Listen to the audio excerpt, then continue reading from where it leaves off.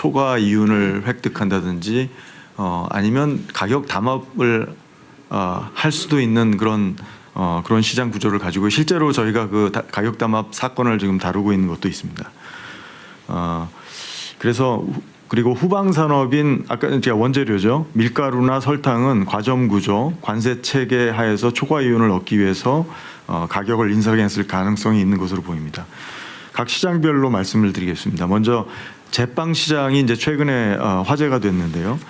그래서 제빵 시장에서 저는 이제 어느 정도 여기서 독과점적인 구조가 이 제빵 회사들의 어떤 초과 이윤을 획득하는 수단이 아니겠느냐 이런 관점에서 들여다봤는데 예상했던 것보다는 이 제빵 계열사들의 영업이윤율은 상당히 낮았습니다.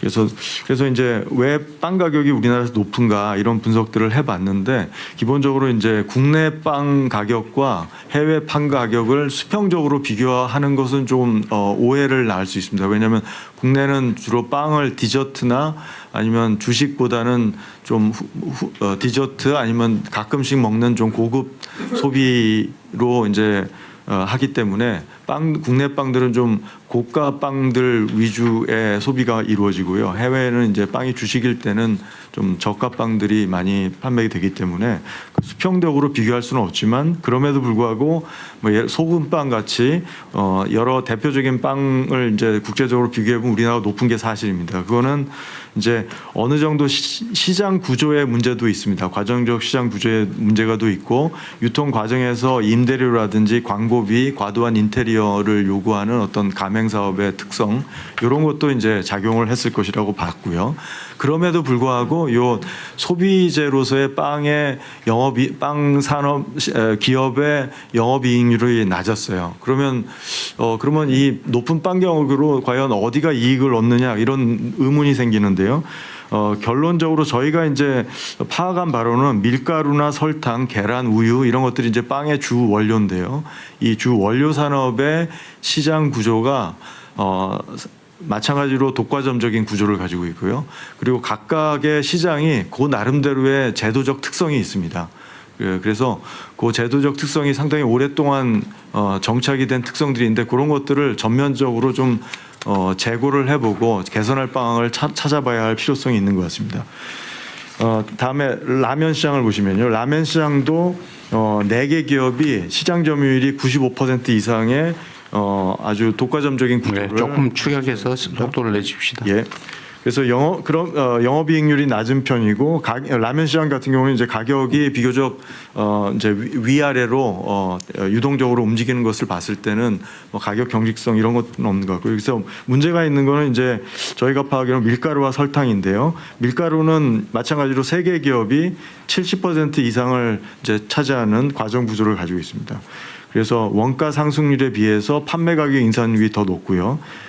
그리고 판매 가격이 인상되니까 또 마진율도 개선되는 것으로 봤을 때 판매 가격 인상이 뭔가 초과 이윤을 목적으로 한 가격 인상이었을 가능성이 높다고 저희는 판단하고 있고요. 제가 그리고 좀 주목했던 것은 수입 가격과 국내 가격의 격차입니다.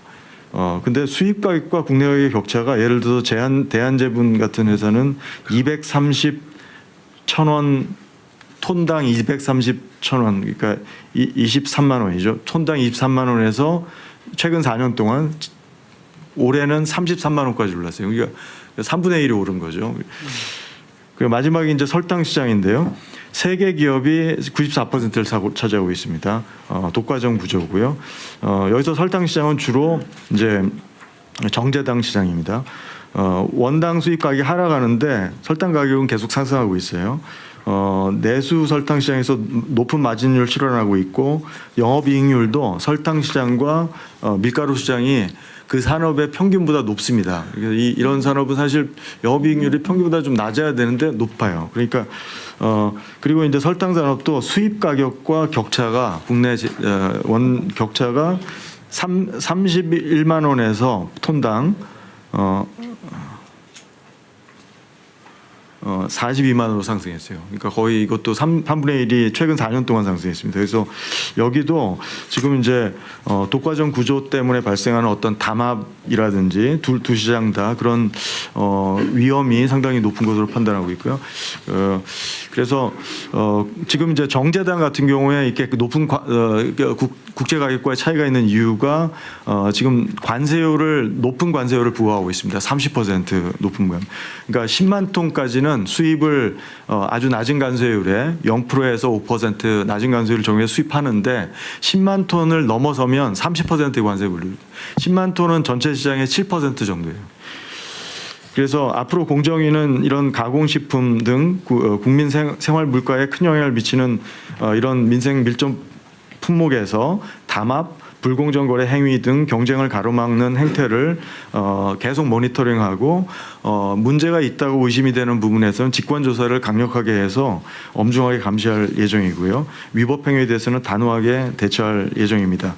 그리고 좀 더 경제 분석을 좀 장기적으로 그리고 미래 선제적으로 그리고 체계적으로 좀 해서 시장 구조, 거래 구조, 뭐 할당 관세 같은 어떤 무역 제도의 어떤 정책 효과 이런 것들을 좀 지속적으로 모니터링해서 오래 지속되는 어떤 시장 구조나 거래 구조 이런 것들은 뭐 시대가 바뀜에 따라서 바꿔야 된다고 생각하고 있습니다. 최근에 이제 설탕 가격 담합 사건 같은 경우는 조만간 이번 달 10월 중에 최종 이제 조사 결과가 나올 것이고요. 거기에 따라서 이제 조속히 조치를 취할 것이고 최근에 또 돼지고기 가격 담합 사건도 조사가 지금 마무리 단계고요. 최종 조치를 조만간 발표할 예정입니다.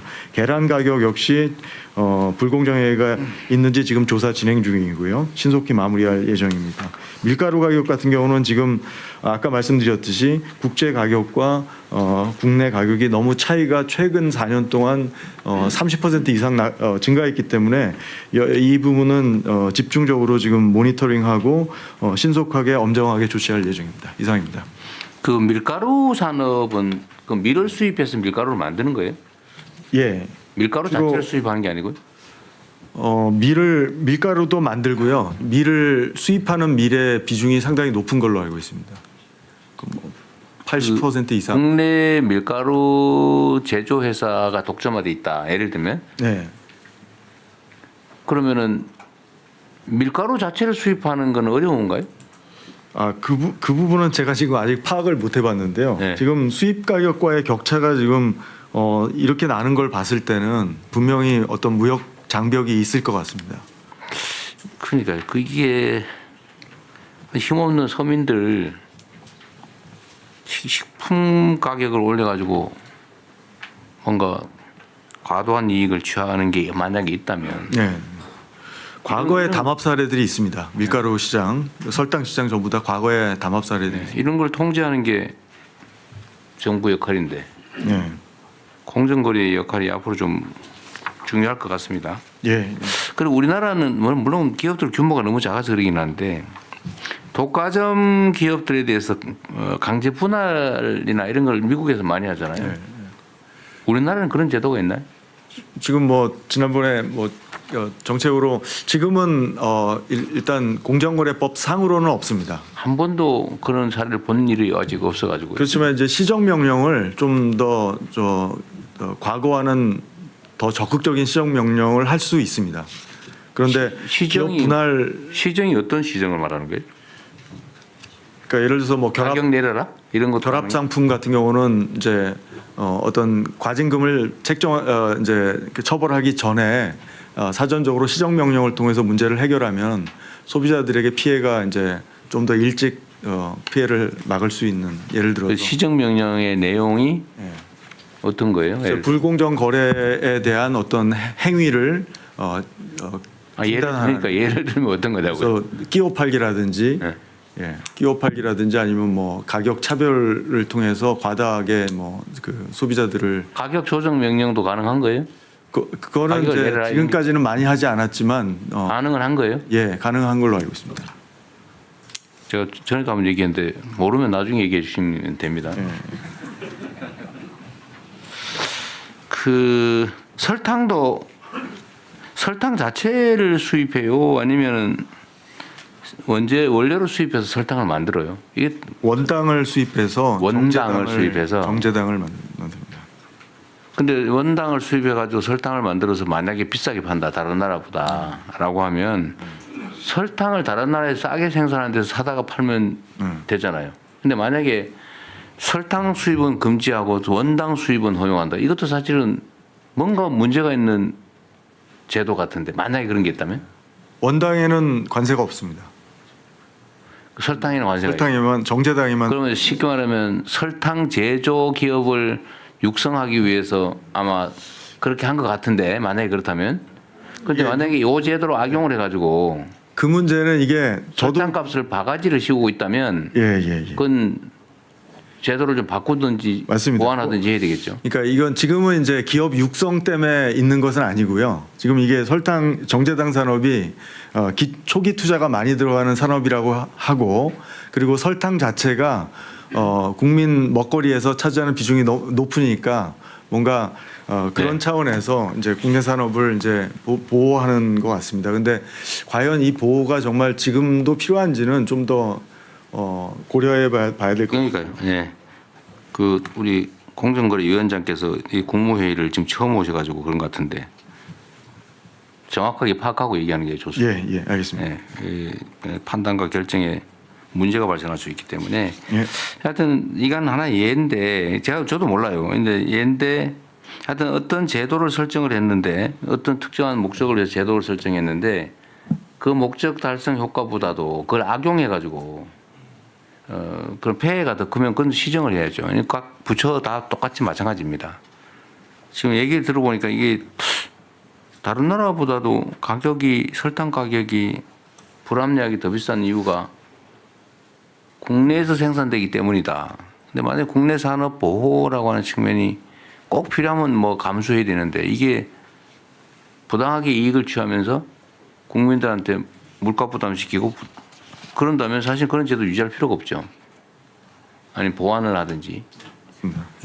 그래서 공정거래위에서는 이 물가 문제는 이제 구조적인 예를 들면 이런 정상적인 방법이 없어요. 예를 들면 뭐 국내 영세농이 많으니까 그건 어쩔 수 없잖아, 그죠?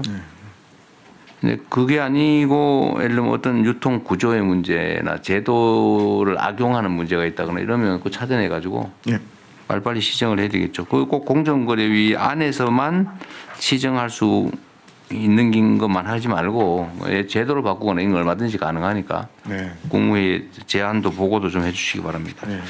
하여튼 다음 한 군데 더 남았죠. 네, 농식품부 직접 간장